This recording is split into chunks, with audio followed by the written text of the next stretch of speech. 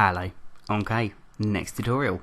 This tutorial is meant to be for the character Ticci-Toby from a creepypasta story, and it's another one of those looks that's been requested so many times in the past, so I'll flash on the screen now the first few people that requested it. Unfortunately, I can't flash everyone's name on the screen because this video would go on forever, but here we are.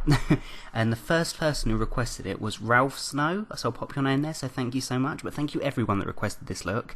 I wouldn't have known about this character at all or the story, so if you hadn't requested it, so thank you all so much. It was actually a really good story. So yeah, so if you'd like to see how to recreate this look, stay tuned.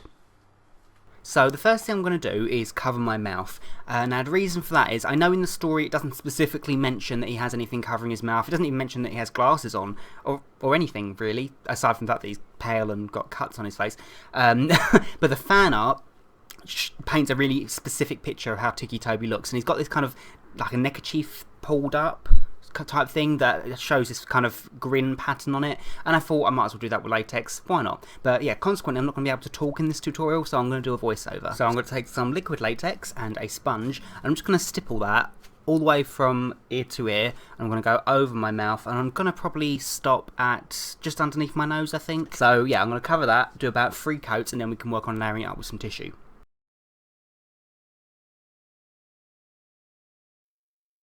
So once I've done about 3 coats of liquid latex, I took some regular masking tape, cut up some really small strips, and I laid them across my mouth, both vertically and horizontally, patting it down in between just to make the mouth area more smooth.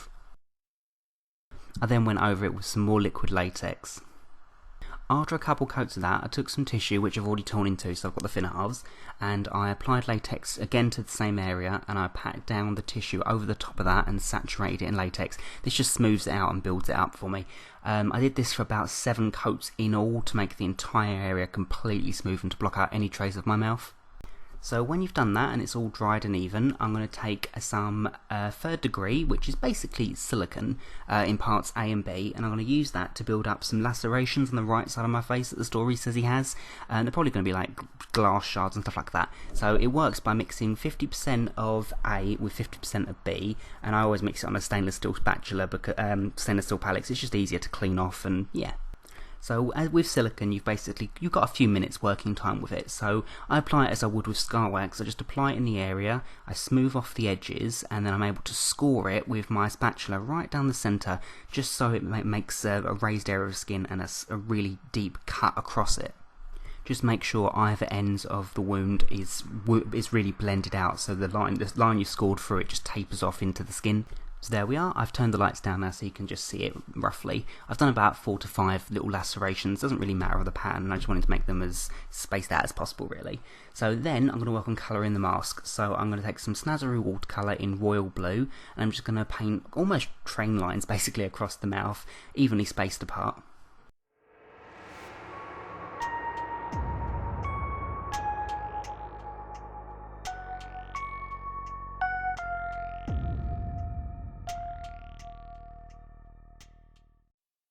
Then I'm going to take a grey watercolour by Grimas, and I'm going to use that to paint in the lines in between the blue lines I've drawn on.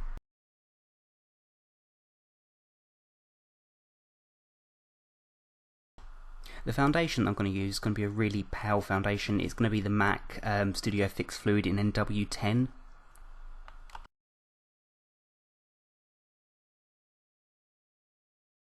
And once I blended that out, I also applied it onto my ears and my neck.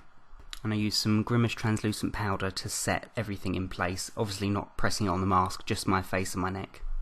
Then I took my Kryolan Bruise wheel, and I took the bright red from that palette, and I used that with a really sharp angle brush just to score down the centre of each of those wounds that I've created, tapering off the edges of each side.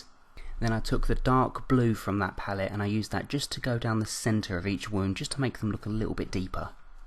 Then I took a stipple sponge, which is a really cool little tool you can use to create really cool scratch effects. So I'm going to take the red and I'm just going to scrape it along the area that I want, and that gives a really nice just scratched effect, just really without creating any depth. It makes a nice like grazed look. So I'm just doing that all around my face in different areas.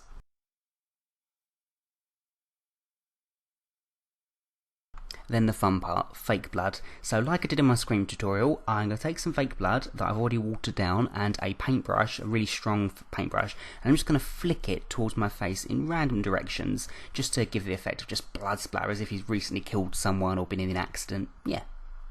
Then I took some fresh scratch blood from Kryolan and I just applied that really lightly in between, not all of them, but some of the cuts, just to make it look a bit more fresh.